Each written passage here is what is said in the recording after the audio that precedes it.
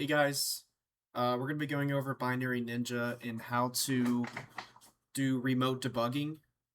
This is useful if you have, for example, if there's an executable that is not for the system that your Binary Ninja is running on. So like, for example, if you have Binary Ninja on a Windows machine and you're trying to debug an ELF file, which is a Linux executable, then a common setup that I would recommend for that is you have your Binary Ninja in maybe on your host Windows machine, or if it's like malware, of course, you're going to want to have it in a Windows VM so you have more control over that. But what you want to do is you want to make sure that, um, you know, right here I have WSL um, loaded up and I've got a binary here that I want to debug. Make sure that whatever two machines that you use, they're both on the same network so that that enables this remote capability, this remote debugging. And so we're going to be using GDB server from the GDB debugger. And the way that you would do that is um, first in Binary Ninja, you're going to want to go to you're going to want to open your binary. So this is called all about flags. Let it do its analysis.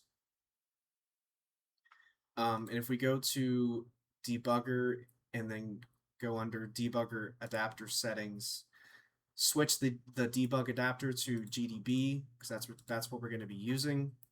Make sure that your input file is correct here. It points to the binary that it's got open. You would change this if it's physically like a different machine, like it's a different device, then of course you would put in whatever its local IP address is there. Since I'm using WSL, it's on the same device, I'm just going to leave it as localhost.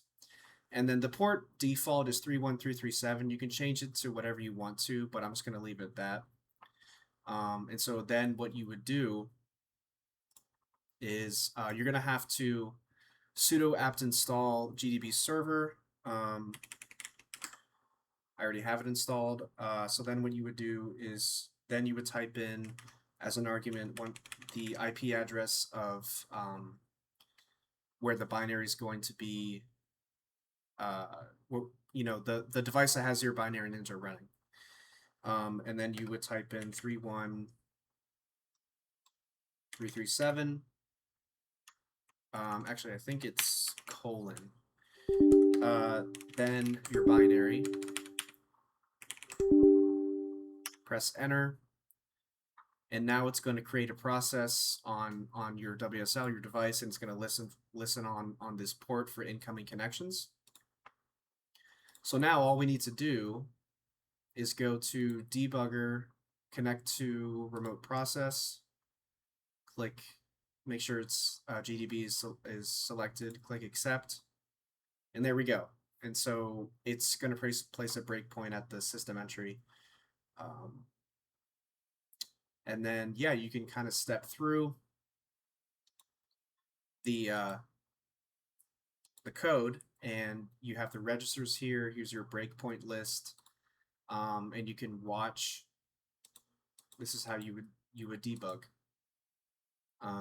right? So this is checking this particular file. It's checking if it's a authentic Intel or AMD. In this case, I have a AMD CPU. Anyways, yeah, so pretty short and sweet, so yeah,